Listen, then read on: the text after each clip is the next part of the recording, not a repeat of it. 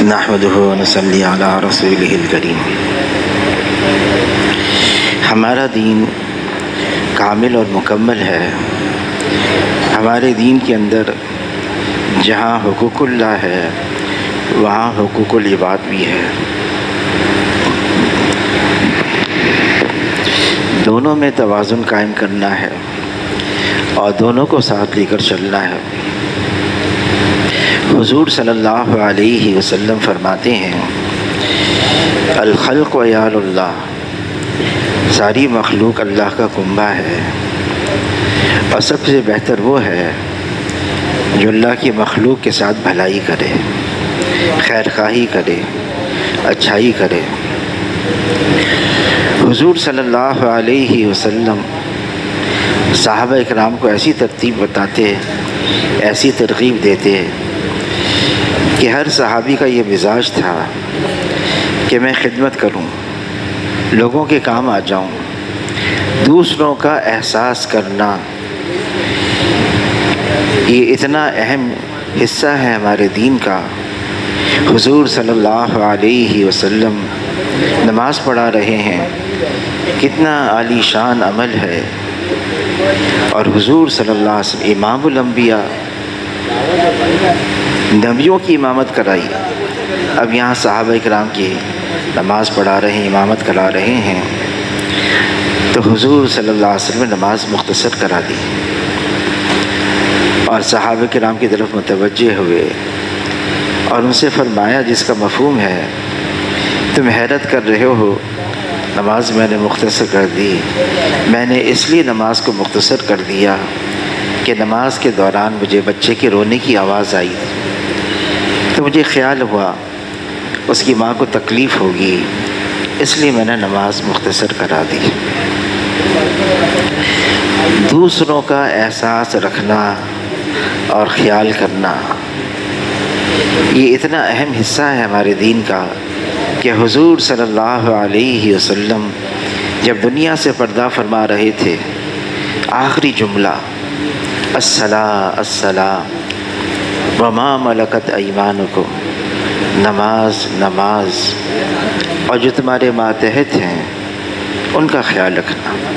پورا نچوڑ آ گیا دین کا، حقوق اللہ بھی آ گئے اور حقوق العباد بھی آ گئے، دونوں کو پورا کرنا ہے۔ اور یہاں تک علماء حضرات فرماتے ہیں حشر کے میدان میں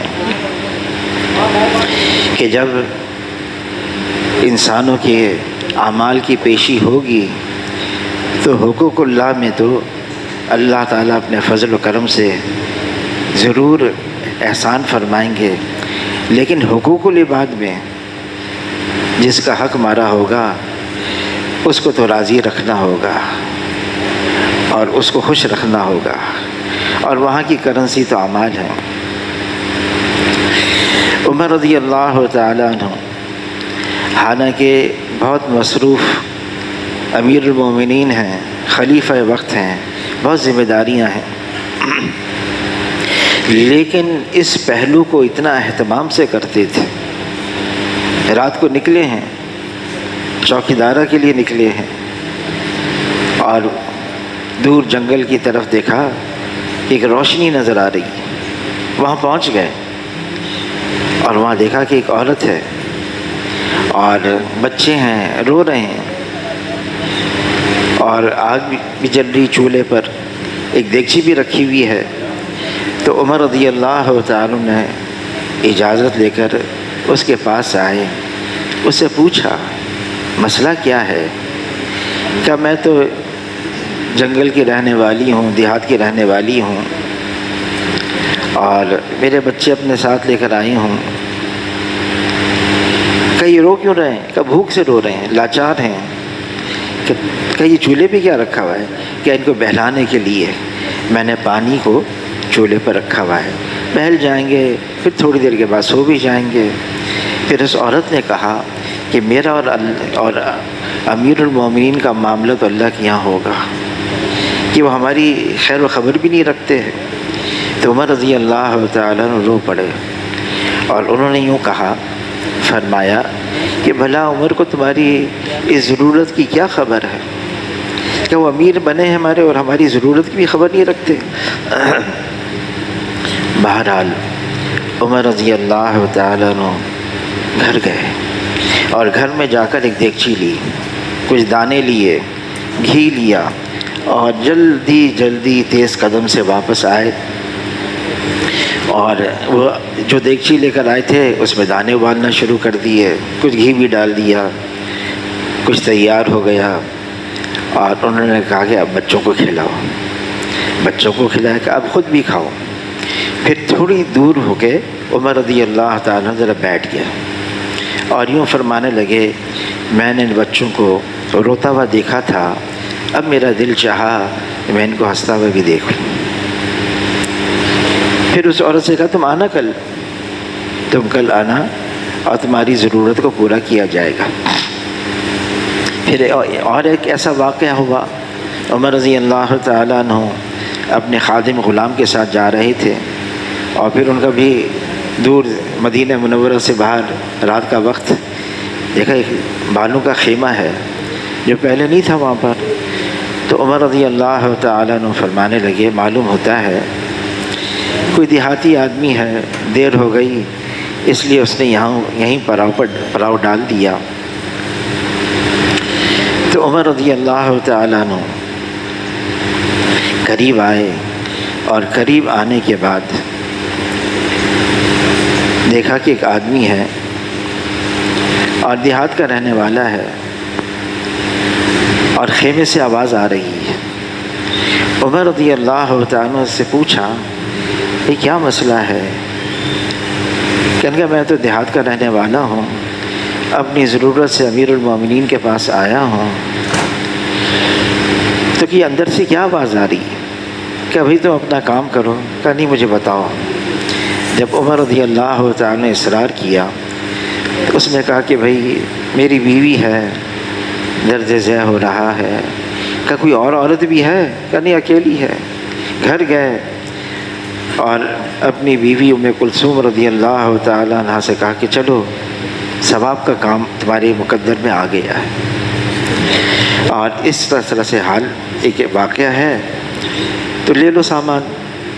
تو کچھ زچگی میں جو چیزیں کام آتی وہ بھی لے لی، کچھ کھانے پینے کا بھی سامان لے لیا، اور سارا سامان لے کر اور وہاں پہنچ گئے، اور وہاں پر انہوں نے لکڑیاں جمع کی، آگ جلانا شروع کی، اور اس آگ میں پھونک مارنے لگے، اچھا خاصا پھونک مارنے لگے، گنجان داڑھی سے دھواں بھی نکلنے لگا، اور جو سامان لے کر آئے تھے وہ سارا پکانے لگے، ایک حریرہ سا تیار ہو گیا۔ پھر عمر رضی اللہ تعالیٰ عنہ نے جب تیار ہو گیا تو اندر سے آواز آئی خیمے سے، امیر المومنین اپنے دوست کو لڑکا ہونے کی بشارت دو۔ اب یہ صاحب گھبرا گئے، امیر المومنین، یہ امیر المومنین میری خدمت میں ہے۔ تو عمر رضی اللہ عنہ فرمایا بھی گھبراؤ مت، اور پھر جو کھانا جو تھا اندر پہنچا دیا، کل جو کھلاؤ بچ گیا تو ان کو بھی دے دیا، اور پھر فرمایا کل تم آنا میرے پاس اور تمہاری ضرورت کو پورا کر دیا جائے گا۔ حضور صلی اللہ علیہ وسلم ایک مہمان آ گئے۔ اچھا، حالانکہ صحابہ کرام اکثریت فاقوں کے اندر ہوتی تھی، غریب غربا تھے، یہاں تک کہ نماز میں پوری صف فاقے کی وجہ سے گر جاتی تھی۔ حضور صلی اللہ علیہ وسلم نے ایک مہمان آئے، دیہاتی تھا، تو حضور صلی اللہ علیہ وسلم نے اپنے گھر میں پیغام بھیجا کچھ ہے کھانے کو، سارے گھروں میں کچھ نہیں تھا۔ پھر حضور صلی اللہ علیہ وسلم نے مسجد میں اعلان فرمایا، ایک مہمان آیا ہے، میرا مہمان ہے، اس کی کون مہمانی کرے گا؟ ایک انصاری نے کہا میں اس کی مہمانی کرتا ہوں۔ گھر لے کے گئے، گھر میں بیوی سے پوچھا کچھ ہے کھانے کو؟ حضور کا مہمان ہے۔ بیوی نے کہا کہ خدا کی قسم صرف بچوں کے لیے کچھ کھانے کے لیے ہے، باقی کچھ ہی نہیں۔ کہ بچوں کو بہلا پھلا کے پھسلا کے جب سلا دو ان کو، اور جو کھانے کے لیے رکھا ہوا ہے تم نے بچوں کے لیے وہ سب مہمان کے آگے رکھنا. پھر ایسا کرنا کہ کیونکہ وہ تو بہت تھوڑا ہوگا، تم چراغ صحیح کرنے کے بہانے سے اس کو بجھا دینا. پھر ہم مہمان کے سامنے ہاتھ چلاتے رہیں گے، منہ چلاتے رہیں گے اندھیرے میں. مہمان سمجھے گا کہ میزبان بھی کھا رہے ہیں، وہ کھاتا رہے گا، جتنا ہے وہ کھا لے گا، پیٹ بھر جائے گا. ایسے ہی کیا. اگلے دن صبح کو حضور صلی اللہ علیہ وسلم وہی آ گئی. صحابی سے فرمایا تمہارا رات والا عمل اللہ کو بہت پسند آیا. تمہارا رات والا عمل اللہ کو بہت پسند آیا. اللہ نے وہی نازل فرما دی کہ یہ دوسروں کو ترجیح دیتے ہیں، حالانکہ خود فاقے میں ہیں، دوسروں کو ترجیح دیتے ہیں. اور مفتی زین العابدین صاحب رحمۃ اللہ علیہ فرمانے لگے دوسروں کو ترجیح دینا اس حال میں واقعہ سنایا. فرمایا یرموک کے موقع پر ایک صحابی ہیں اور اپنے بھائی چچا زاد بھائی کی تلاش میں نکلے. پانی تھا ان کے پاس کہ کہیں مل جائیں مجھے. تو دیکھا کہ زخمیوں کے اندر زخمیوں سے چور ہیں، آخری وقت ہے، اور انہوں نے پانی کا پیالہ قریب کیا کہ پانی پلا دوں میں. کہیں اور سے کراہنے کی آواز آ گئی تو چچا زاد بھائی نے اشارہ کیا پہلے اس کے پاس جاؤ. ان کے پاس پہنچ گئے، ان کے پاس گئے، کہیں اور سے کراہنے کی آواز آئی تو دوسرے نے اشارہ کیا پہلے اس کے پاس جاؤ. تیسرے کے پاس پہنچے، انتقال ہو گیا. دوسرے کے پاس آئے، ان کا بھی انتقال ہوا. بھائی کے پاس پہنچے تو ان کا بھی انتقال. تو مفتی زین العابدین صاحب رحمۃ اللہ علیہ فرمانے دیکھو جان کنی ہے، کتنا مشکل وقت ہوتا ہے. خود پیاسے ہیں، خود ضرورت مند ہیں، لیکن کسی اور کی ضرورت کا پتہ چل گیا، یہ احساس ہوا نہیں پہلے اس کے پاس چلے جاؤ. جان کنی ہے، بہت مشکل وقت ہے، لیکن دوسروں کو ترجیح دے رہے ہیں اپنے اوپر. حضور صلی اللہ علیہ وسلم کی تعلیمات یہ تھیں، چاہے خود ضرورت مند ہو، دوسروں کا احساس کرو. یہ بڑی بات ہے. ایک صحابی حضور کی خدمت میں آئے، جلیبیب ان کا نام تھا، اور غریب فقیر آدمی تھے، رنگ بھی ان کا ایسا ہی تھا. تو حضور صلی اللہ علیہ وسلم نے ان سے پوچھا اے جلیبیب کیا تمہاری شادی نہیں ہوئی؟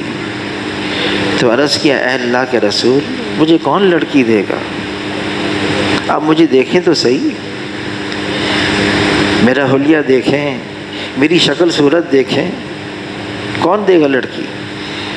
تو حضور صلی اللہ علیہ وسلم کو ایسا احساس ہوا اس کے بارے میں. کہا نہیں، مدینے کی سب سے خوبصورت ترین لڑکی. فرمایا جاؤ اس کے پاس اور میرا حوالہ دینا اور لڑکی کا رشتہ مانگو. اب جلیبیب حیران کہ حضور مجھ سے فرما رہے ہیں.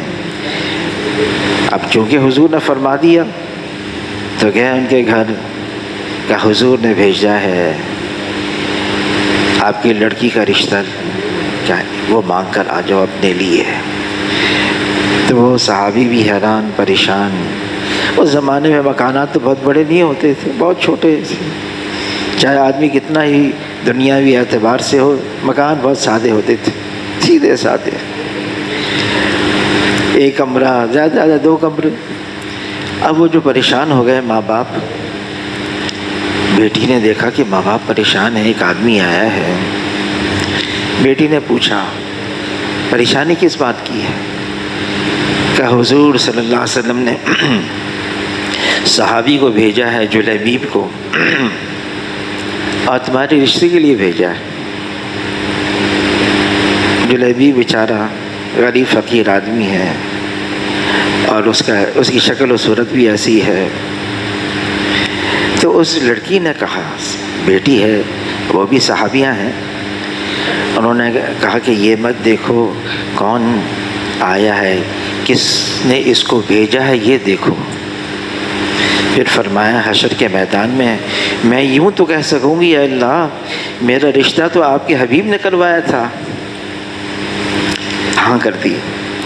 اب غریب فقیر آدمی حضور صلی اللہ علیہ وسلم کے پاس آئے، ہاں ہو گئی۔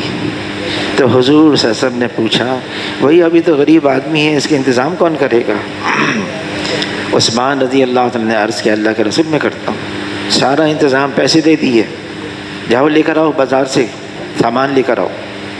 اب جلیبیب رضی اللہ عنہ گئے سامان لینے شادی کا، وہاں آواز لگ رہی تھی کہ اب جہاد پہ جانا ہے۔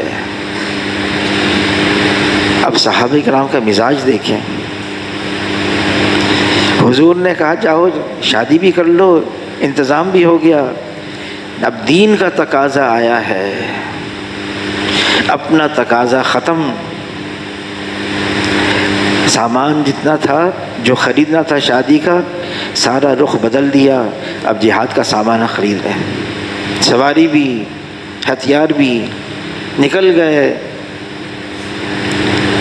اب میدان جب پورا ہو گیا تو حضور صلی اللہ علیہ وسلم صحابہ کرام مقتولین میں تلاش کر رہے تھے، جو شہید ہو گئے ان میں تلاش کر رہے تھے، کہ ایک ہے اس کو پہچانا نہیں جا رہا ہے، اتنا زخمی ہے۔ حضور صلی اللہ علیہ وسلم کو بلایا گیا تو حضور صلی اللہ علیہ وسلم نے کلائی دیکھی، فرمایا یہ تو جلیبیب ہے، یہ تو جلیبیب ہے، جان دے دی انہوں نے۔ کیا ہے؟ حضور صلی اللہ علیہ وسلم دوسروں کے لیے گھر کے اندر عائشہ رضی اللہ تعالیٰ عنہ، کچھ عورتیں جمع ہو گئیں، صحابیات تھیں، عرض کیا اللہ کے رسول میرا بچہ پیدا ہوا انتقال کر گیا، افسوس ہے، صدمہ ہے۔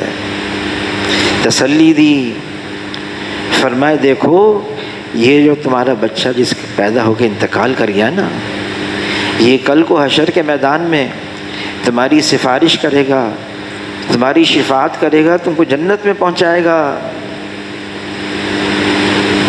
تو عرض کیا اللہ کے رسول، ایک صحابیہ نے اگر کسی کے 2 بچے بچپن میں مر گئے ہوں ان کا کیا ہے؟ کہ یہ 2 بچے اس کے ماں باپ کی سفارش کریں گے، شفاعت کریں گے، جنت میں پہنچائیں گے۔ پھر کسی نے کہا اے اللہ کے رسول جس کے 3 بچے ایسے ہو گئے ہوں، پیدا ہو کر مر گئے ہوں، کیا بنے گا ان کا؟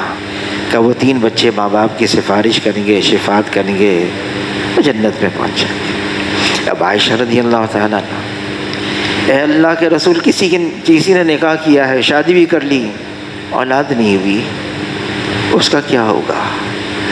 تو حضور صلی اللہ علیہ وسلم نے فرمایا عائشہ حشر کے میدان میں جس کا کوئی نہیں ہوگا اس کا محمد صلی اللہ علیہ وسلم ہوگا، میں اس کی سفارش کروں گا، میں اس کی شفاعت کروں گا، میں اس کو جنت میں پہنچاؤں گا۔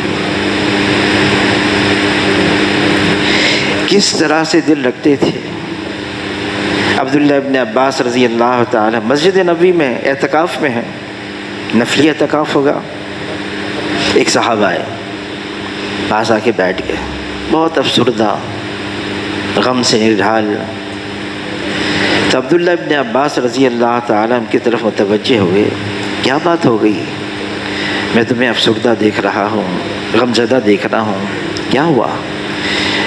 تو کہا حضور صلی اللہ علیہ وسلم کی قبر مبارک کی طرف اشارہ کر کے، اس صاحب قبر کی قسم، اگر مجھے اتنی استعداد ہوتی، میرے ایسے حالات ہوتے، ایک صاحب ہے ان کے ساتھ معاملہ ہے، میں پورا نہیں کر سکتا ہوں، اس کا غم ہے۔ تو عبداللہ ابن عباس رضی اللہ تعالیٰ نے فرمایا، کیا میں اگر تمہارے لیے اس سفارش کر لوں تو اگر ایسا ہو جائے تو بہت اچھا ہے۔ تو عبداللہ ابن عباس رضی اللہ تعالیٰ نے اپنے جوتے اٹھائے، مسجد سے باہر نکل گئے۔ تو ان صاحب نے کہا اب تو اعتکاف میں تھے۔ پھر عبداللہ ابن عباس رضی اللہ تعالیٰ عنہ نے حضور صلی اللہ علیہ وسلم کی قبر مبارک کی طرف اشارہ کیا۔ میں نے اس صاحب قبر سے سنا ہے، اور اب کوئی بہت زمانہ نہیں گزرا کہ جو صرف مسلمان کی کوئی حاجت کے لیے، کوئی ضرورت کے لیے کوشش کرتا ہے، چلتا پھرتا ہے، اس کو 10 سال کے اعتکاف کا ثواب ملتا ہے، 10 سال کے، اور ایک دن کا اعتکاف کا ثواب اس کے اور جہنم کے درمیان اتنا فاصلہ ہو جاتا ہے جیسے زمین اور آسمان کی مسافت کا فاصلہ ہے۔ کیا ہے؟ کسی کے کام آ جانا، خدمت کرنا۔ میری تشکیل ہو گئی، پوسٹنگ ہو گئی لاڑکانہ چانڈکا میڈیکل کالج۔ بے نظیر کا پہلا دور تھا، وہ حالات بہت خراب تھے، کوئی کراچی والا وہاں پر جا نہیں سکتا تھا۔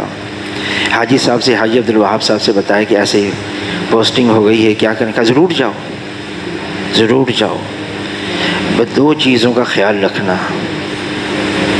ایک دعوت کا، دوسری خدمت کا۔ دعوت، یہ کام میں لگے رہنا، اور خدمت میں نیت کر لی۔ حاجی صاحب نے نیت کروائی، پوسٹنگ ہو گئی، 2.25 سال رہا میں وہاں پر خدمت، اور اللہ نے لے لی خدمت۔ تو وہاں کے جتنے بڑے بڑے مشائخ تھے، مولانا عبدالکریم بیر شریف والے، پھر حسین احمد شاہ صاحب کمبر علی خان میں، پھر نالے مٹھو مشوری شریف کے، پھر مدرسہ حقانیہ کے جو بڑے تھے ڈاکٹر خالد سمرو کے والد صاحب، یہ سب اتنے متوجہ ہو گئے۔ پھر میری واپس کراچی پوسٹنگ ہو گئی، تبادلہ ہو گیا۔ تو ایک صاحب لاڑکانہ سے آئے اور کہنے لگے کہ میں وہاں رکشہ میں بیٹھا، تو رکشہ والا مجھے دیکھ کر کہنے لگا آپ تبلیغی ہیں؟ میں نے کہا کہاں یہاں پر ایک سول سرجن تھا تبلیغی، وہ نظر نہیں آ رہا ہے۔ کہا اس کا تبادلہ ہو گیا، اس کا واپس کراچی۔ تو کہنے وہ رکشہ والا رو پڑا۔ تو میں نے کہا کیوں روتے ہو؟ کہنے کا جب بھی کوئی مریض لے کے جاؤں تو وہ فوراً دیکھ لیتا تھا، کہ یہ چیز یاد آ رہی ہے مجھے۔ تو حاجی صاحب کی بات کہ بھی خدمت کرو، اس کے اثرات ہیں، لیکن خدمت کس کے لیے کرنا ہے؟ فرمایا لوجہ اللہ، صرف اللہ کے لیے۔ میں کسی کے کام آ جاؤں، یہ بھی بدلے میں میرے کام آ جائے گا؟ نہیں، ایسا نہیں۔ اللہ مجھ سے راضی ہو جائے، لا نرید منکم جزاء ولا شکورا، بدلے میں کوئی شکریہ ادا بھی نہ کہے، کوئی چیز بدلے میں بھی نہیں دے، بس صرف اللہ کے لیے۔ اب یہاں پر ایک وقت گزرا ہے، بہت پہلے کی بات ہے، ایک صاحب تھے اور ان کی تشکیل ہو گئی 1 سال کے لیے یمن۔ اب ان کی بیوی جو ہے نا زچگی ہوئی، اس زچگی میں بیمار ہو گئیں، بہت سخت بیمار۔ بھائی امین صاحب رحمۃ اللہ علیہ، اب میں نے عرض کیا بھائی امین صاحب رحمۃ اللہ علیہ سے کہ بیوی بہت بیمار ہے اور ہم خدمت میں کر رہے ہیں اس کی، لیکن بظاہر تو کوئی ایسا راستہ نظر نہیں آتا، اگر ان کو روک لیا جائے۔ تو بھائی امین صاحب رحمۃ اللہ علیہ فرمانے کا بھائی یہ کیسے ہو سکتا ہے؟ یمن جاری جماعت یہی کہ عالم ہیں، یہی عربی بولنے والے ہیں، باقی تو کوئی نہیں، جماعت ساری اس پر ہے، یہ رک جائیں گے تو ساری جماعت رک جائے گی، جانے دو۔ اب ان کی جو ہے خدمت کرتے رہے، آپریشن بھی ہوا بہرحال، اور وہ صاحب جو ہے نا وہ مولوی صاحب چلے گئے، روانہ ہو گئے۔ ان کی خدمت کرتے کرتے اس کا انتقال ہو گیا۔ تو بہت طبیعت پر اثر تھا، میں گھر آیا تو میری اہلیہ نے پوچھا بھائی کیا بات ہو گئی، یہ آپ کا ایسا حال کیوں بن گیا؟ تو میں نے سارا قصہ سنا دیا، ایسے مولوی صاحب تھے، سال کے لیے تشکیل ہوئی، پیچھے ان کی اہلیہ تھی، وہ چلے گئے، خدمت کرتے رہے اس کی، لیکن اس کا انتقال ہو گیا آج۔ رات کو نیند نہیں آئی، بڑی مشکل سے نیند آئی، آدھی رات کو جب نیند آئی، مشکل سے آئی، تو میری اہلیہ نے مجھے نیند سے اٹھا دی، اٹھو۔ ارے بھائی ایک تو نیند بہت مشکل سے آئی، کیا بات ہوگی؟ کہا خواب دیکھا۔ میں نے کہا صبح کو خواب دکھا، صبح کو خواب سنانا؟ کہا نہیں ابھی سنانا ہے۔ کہا چلو سناؤ۔ کہا میں نے خواب میں دیکھا کہ وہ جس کا انتقال ہو گیا نا وہ میرے خواب میں آئی۔ میں نے کہا اس کو تو تم نے دیکھا ہی نہیں۔ کہا نہیں، وہ اس نے یوں کہا کہ اپنے شوہر کو میری طرف سے جزائے خیر کہنا اور میری طرف سے شکریہ ادا کر دینا۔ تو میں حیران، اچھا بتاؤ اس کا حلیہ کیا تھا؟ حلیہ بتایا۔ کپڑے کیسے پہنے تھے؟ اس نے کپڑے کا بھی بتایا، یہ کپڑے پہنے ہوئے تھے۔ صبح کو اس لڑکی کا بھائی آیا، 10-11 سال اس کی عمر۔ تو اس نے کہا کہ میری والدہ کی طبیعت بہت خراب ہے، بہت خراب ہے، اور برا حال ہے ان کا، روتے روتے۔ تو میں نے کہا دیکھو ان کو یہ خواب سنا دینا، میری اہلیہ نے خواب دیکھا، ان کو اطمینان ہو جائے گا، تسلی ہو جائے گی۔ بہت اچھی حالت میں دیکھا اور ایسا لال جوڑا پہنا ہوا دلہن کی طرح وہ تھی۔ تو شام کو وہ گاڑی لے کر آ گیا اور کہنے لگا ہماری گاڑی میں بیٹھ، اور میری والدہ کو یہ خواب سنا، اپنی اہلیہ کو ساتھ دے کے چلے۔ میں نے اہلیہ سے بات کی، چلو میرے ذریعے سے کسی کو تسلی ہو جائے گی۔ اب وہ بھی آ گئیں، گاڑی میں بیٹھا، دیاری کے کسی علاقے میں ہم گئے، لوگ انتظار میں۔ اب وہ جو لوگ انتظار میں تھے، عورتیں بھی بچے بھی، جیسے ہی گاڑی سے اترے ہم، تو میری اہلیہ نے کہا یہ بچی ہے نا، اسی شکل ملتی جلتی سی، کہنے یہ اسی کی بہن ہے، چھوٹی بہن۔ پھر میں نے کہا ذرا کارگزاری بعد میں آ کے سنانا مجھے۔ تو میری اہلیہ نے کہا کہ اس لڑکی کی ماں نے کہا یہ بتاؤ لباس کیسا تھا؟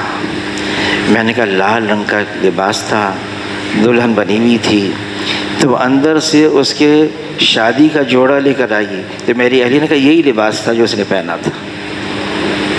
کیا تھا؟ خدمت کر لی۔ تو وہ اب کچھ کہہ تو نہیں سکتے تھے، خواب میں ہی آ کر اس نے کہا کہ میری طرف سے جزائے خیر عطا فرما دے۔ میں کسی کے کام آ جاؤں، کسی کا کام کر لوں، یہ دین کا اتنا بڑا حصہ ہے۔ جو کسی کے کام کرتا ہے اس کی روحانیت میں ترقی ہوتی ہے، اس کے ایمان میں اضافہ ہوتا ہے، اس کی ایمان کی سطح بڑھتی ہے۔ یہ ایسا کام ہے، لیکن کب؟ صرف جب اللہ کے لیے ہو۔ میں اللہ کے لیے کر رہا ہوں، مجھے اس کے بدلے میں کچھ اور نہیں لینا ہے، بلکہ جو کچھ لینا ہے اللہ سے ہی لینا ہے۔ مولانا اسلم صاحب رحمۃ اللہ علیہ پہلے کراچی میں تھے، پھر ملتان چلے گئے، نشتر میڈیکل کالج کے خطیب تھے۔ فرمانے لگے ایک فاحشہ عورت نے پیاسے کتے کو پانی پلا دیا، اور مولانا اسلم صاحب فرمانے لگے کہ اس زمانے میں اس عورت سے زیادہ بدکار عورت نہیں تھی، اور کتے کو کیسے پانی پلایا؟ کنویں پر آئی اور اس کو بھی پیاس لگی تھی، دیکھا ایک کتا بھی آیا ہے پیاسا، اس نے اپنے چمڑے کا موزہ اتارا، دوپٹے سے باندھا، کنویں میں ڈالا، پانی نکالا، اس کتے کو پلا دیا۔ تو مولانا اسلم صاحب فرمانے لگے کتابوں میں یہ آیا ہے کہ اللہ نے اس کی مغفرت فرما دی، کتے کی خدمت کی۔ اور امام شافعی رحمۃ اللہ علیہ کے نزدیک تو نجاست میں خنزیر اور کتا دونوں برابر ہیں۔ جو صرف مخلوق کی خدمت کر لے، حضور صلی اللہ علیہ وسلم نے ہمیں ایسا دین دیا ہے، کام کر لو کسی کا، ایمان میں بھی ترقی ہوگی، اعمال میں بھی ترقی ہوگی، اور معاشرہ بھی صاف ستھرا ہو جائے گا، ساتھ رہنا آ جائے گا، اکٹھے رہنا آ جائے گا۔ اور اکٹھا رہنا یہ اتنا ضروری ہے، اللہ نے ہمیں بنایا ایسا ہے، یہ امت ہے حضور صلی اللہ علیہ وسلم کی امت، اور فرمایا میری امت تو جسد واحد کی طرح سے ہے، ایک جسم کی مانند ہے، اور جسم کے مختلف اعضاء ہوتے ہیں، سر ہے، سر میں آنکھیں ہیں، کان ہے، ناک ہے، منہ ہے، اور دھڑ ہے، ہاتھ ہے، پاؤں ہے۔ یہ مختلف اعضاء بدن کے ایک دوسرے کی موافقت میں استعمال ہوتے ہیں، ایک دوسرے کے کام آتے ہیں۔ اور مثال دی، اگر یہ ہاتھ کی چھوٹی انگلی تکلیف ہے، چوٹ لگ گئی، تو یہ چوٹ یہ تکلیف اس انگلی کی نہیں، وہ سارے بدن کی ہے، دوسرا ہاتھ کیسے سہارا دیتا ہے اس کو، یہ پاؤں کیسے چلتے ہیں طبیب کے پاس، یہ زبان کیسے بولتی ہے، کس کے لیے بول رہی ہے، یہ انگلی کے لیے بول رہی ہے۔ سارے اعضاء اب استعمال ہو رہے ہیں اس چھوٹی انگلی کی تکلیف کو دور کرنے کے لیے، مخالفت میں استعمال نہیں ہو رہے ہیں اعضاء، موافقت میں۔ اسی طرح سے یہ امت ہے، ایک دوسرے کے ہم کام آ جائیں، دوسرے کی تکلیف کو دور کریں۔ اللہ کو وہ آدمی بہت پسند ہے، وہ مسلمان بہت زیادہ پسند ہے کہ جب کسی کو بھی کوئی تکلیف ہو ان کے ذہن میں سب سے پہلے یہی آئے، اس کے پاس جاؤ اور اس کے ذریعے سے ہماری تکلیف دور ہو جائے گی۔ ایسا شخص بہت اللہ کو پسند ہے کہ وہ ہر کام کے اندر، ہر مسئلے میں دوسروں کے ہاتھ بٹاتا ہو اور اس کی تکلیف کو دور کرتا ہو۔ صرف میں اپنے آپ کے لیے ہوں، فرمایا اس کا حضور صلی اللہ علیہ وسلم کی امت سے کیا واسطہ کہ اس کو صرف اپنی غرض ہو، اپنے ہی فکر کے اندر مگن ہو، اس کو حضور کی امت سے کیا واسطہ جس کو دوسرے کی فکر نہیں۔ کم سے کم حاجی عبدالوہاب صاحب، کم سے کم یہ ہے ہم اوروں کے لیے دعا تو مانگ سکتے ہیں، اے اللہ یہ ہمارا مسلمان بھائی ہے، اس کی تکلیف کو دور کر دے۔ آج کیا ہو رہا ہے کہ اگر ساتھ ہیں تو دوسروں کی کمی نظر آ رہی ہے، دوسروں کی غلطیاں نظر آ رہی ہیں، دوسروں کی کوتاہیاں نظر آ رہی ہیں، بس یہی ہے، اس کے اندر یہ کمی ہے، اس کے اندر یہ خامی ہے، یہ چیزیں نظر آ رہی ہیں۔ صرف اتنی خوبی ہے، یہ حضور صلی اللہ علیہ وسلم کا امتی ہے، یہ مسلمان ہے، یہ اتنی بڑی خوبی ہے، اس کی نسبت ہے جناب رسول اللہ صلی اللہ علیہ وسلم سے۔ یہ کتنی بڑی بات ہے۔ فرمایا کہ دوسروں کی خوبیاں دیکھنے کا اپنے آپ کو عادی بناؤ، خامیاں نہیں، خوبیاں دیکھیں ایک دوسرے کی۔ مولانا یوسف صاحب رحمۃ اللہ علیہ فرمایا یہ جو تبلیغ کا کام ہے یہ تو خوبیوں کا لین دین ہے۔ جماعتوں میں نکلیں اور ایک دوسروں کی خوبیاں ایک دوسرے کے اندر منتقل ہوتی چلی جائیں۔ کب؟ جب نگاہ صرف خوبیوں پر ہوگی، خامیوں پر نہیں ہوگی۔ وہ کون ہے ہمارے درمیان جو یوں کہہ سکتا ہے میرے اندر کوئی خامی نہیں؟ کوئی ہے؟ ہم سب کے اندر خامیاں بھری ہوئی ہیں۔ ہاں، ایک مسلمان دوسرے مسلمان کا آئینہ ہے۔ اگر کوئی خامی نظر آ رہی ہے، یہ مجھے اپنا عکس نظر آ رہا ہے۔ عمر بھر غالب یہ بھول کرتا رہا، چہرے پر دھول تھی، صاف آئینہ ہی کرتا رہا۔ وہ جو عکس نظر آ رہا ہے وہ تو میرا ہے، وہ تو ہمیں اپنی اصلاح کرنی ہے، اپنے آپ کو بنانا ہے۔ بنائیں گے اپنے آپ کو، سارا معاشرہ ٹھیک ہو جائے گا۔ اللہ تعالیٰ ہم سب کو عمل کی توفیق عطا فرما دے۔